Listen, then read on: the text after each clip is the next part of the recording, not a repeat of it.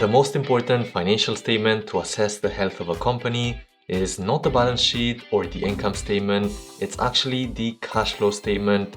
So let's go over how to read and analyze it using Apple's real cash flow statement from scratch. First up, so we're all on the same page, what is the cash flow statement? Well, it's one of the three main financial statements, and it's regarded as the most important because it shows you how much cash went in and how much cash went out of the company during a specific time period, like a quarter or a year. And at this point, you might wonder, what about the income statement? Doesn't that tell you how much profit or net income the company made? Wouldn't that be the same thing as the cash coming in? And this is one of the most confusing things about accounting. Cash is not the same thing as net income. So technically, a company can have a positive net income but still run out of cash. This happens because financial statements follow accrual accounting, which records revenue when it's earned, not when the cash is actually received. Same thing with expenses, it records them when they're incurred and not when the cash is actually paid. For example, if a company sells a product on credit, it immediately is going to record it as a revenue on the income statement. As a result, net income is likely going to go up as well. That said, on the cash flow statement, because it's a sale on credit, maybe it's due in 90 days, and so there's no actual cash inflow. In the meantime though, you may have to pay for some cash expenses, like what could be rent, which is how a company can get into trouble where they have a positive profit, but they don't have enough cash to pay for their obligations. That's the key difference between net income and cash flow. The income statement again reflects a company's profitability based on revenue earned or expenses incurred, while the cash flow statement shows the actual movement of cash moving in or out. Now that that's clear, let's look at the cash flow statement in further detail, and generally it's split into three main parts: operating, investing, and financing activities. Operating cash flow shows the cash generated from day-to-day operations, so the cash a company brings from its core business. Generally, you want that number to be positive. It may be negative for a specific year, but if it's negative for a prolonged period of time, that business is just not bringing in enough cash. Then we've got investing cash flow, which is cash being spent on acquisitions or disposals of investments. It's quite common to see this number as a negative. It just means that a company is reinvesting in growth and maintenance, like for example, buying up a new factory or new machinery. Finally, the financing activities tracks the cash from investors and lenders. So any cash flows that have to do with borrowing or repaying debt, or for issuing or repurchasing stock are going to be reflected here. If we take a look at Apple's statement of cash flows or cash flow statement, you'll see the same sections of operating activities first, followed by investing, and finally financing activities. The sum of these three is going to be the increase or decrease in cash, cash equivalents, and restricted cash and cash equivalents down below. Alright, so now we have a better general understanding, so let's dive into each section. You'll notice though, right before operating activities, it actually starts with a cash line. That's a cash balance at the start of the year. Then we add the operating, investing, and financing to reach that increase or decrease in cash, which is added to the beginning balance to eventually reach our ending cash balance.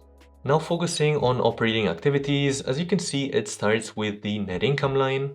As we mentioned earlier, net income doesn't equal cash, so we start at net income and then we do all the relevant adjustments to eventually reach the cash flow from operating activities.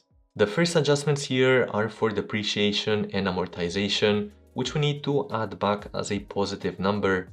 This is because both depreciation and amortization are accounting methods used to allocate the cost of an asset over its useful life. That doesn't necessarily mean that the cash is actually going out of the company every year or so. That's why we're adding it back, because it's not an actual cash outflow. Since these expenses reduce net income but don't impact cash flow, we add them back to accurately reflect the company's cash position.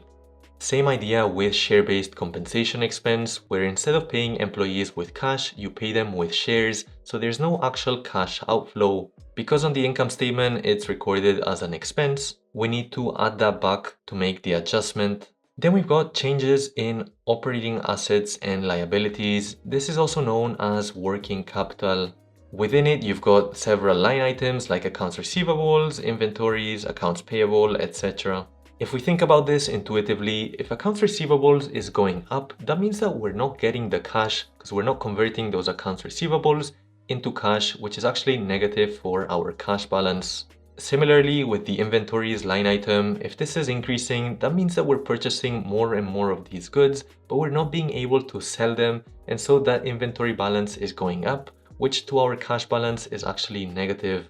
On the flip side, we've got accounts payable and other liabilities. If we think about this line item, accounts payable going up is actually positive for our cash balance as we're not paying out the cash to decrease that accounts payable balance. The sum of all of these adjustments reaches our cash generated by operating activities. And this takes us to one of the key metrics to analyze a cash flow statement, and it's that we should have a positive cash flow from operating activities. If this number is positive, this means that a company is self-sustainable, meaning it's able to cover for its day-to-day operations simply using its core business without having to rely on external financing. Additionally, seeing a growing figure year to year can also be a good sign. Now moving on to the second part, we've got the cash flow from investing activities.